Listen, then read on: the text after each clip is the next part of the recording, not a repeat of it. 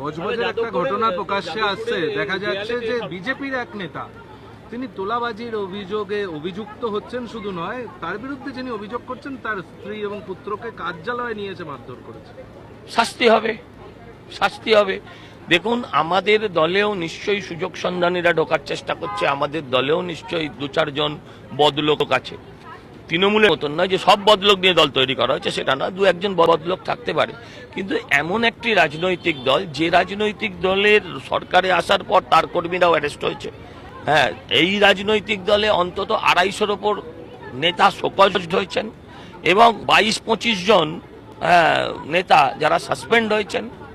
গতকালও সম্ভবত গতকালই আমাদের সভাপতিও জেলায় জেলায় চিঠি পাঠিয়ে জানিয়ে দিয়েছেন যে তোমরা সাবধান হও। ত্রুটি আছে, ত্রুটিমুক্ত কেউ হতে পারে না, কিন্তু দল যে সেই ত্রুটিগুলোকে উপেক্ষা করছে না, সেই ত্রুটিগুলোকে প্রশ্রয় দিচ্ছে না, সেটা নিশ্চয়ই আপনাদের চোখে পড়বে। নয়তো চোখের ডাক্তার দেখাতে হবে যাদের চোখে পড়বে।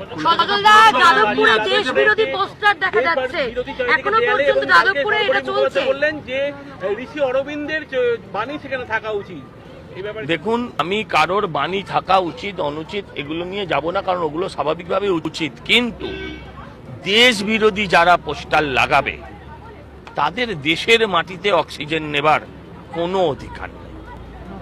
তাদের দেশের মাটি, দেশের অক্সিজেন নেবার অধিকার তাদের বিজেপি দেবে। যেখানে পাবে তাদের এই আরশোলা, উইপোকা, ছাড়পোকাদের যা ব্যবস্থা করতে হয় তারা করবে। এই বিষয়ে কোনো দ্বিধাদ্বন্দ্ব নেই। আপনি জানতে চান আরো ক্ল্যারিফিকেশন কিভাবে করবে?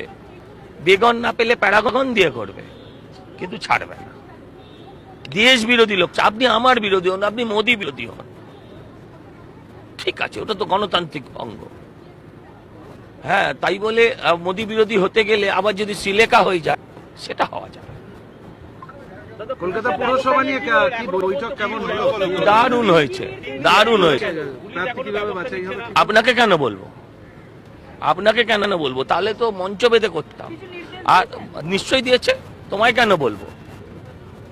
হ্যাঁ, তো তোমার আজকে এডিটর তোমায় কি নির্দেশ দিয়েছে? তুমি আমায় বলেছো যে আমি তোমায় বলবো? 209 এর মধ্যে কত টার্গেট কিছু নির্দিষ্ট করছেন? কতগুলো? অসংখ্য সিট জিত। হ্যাঁ, নিশ্চয়ই।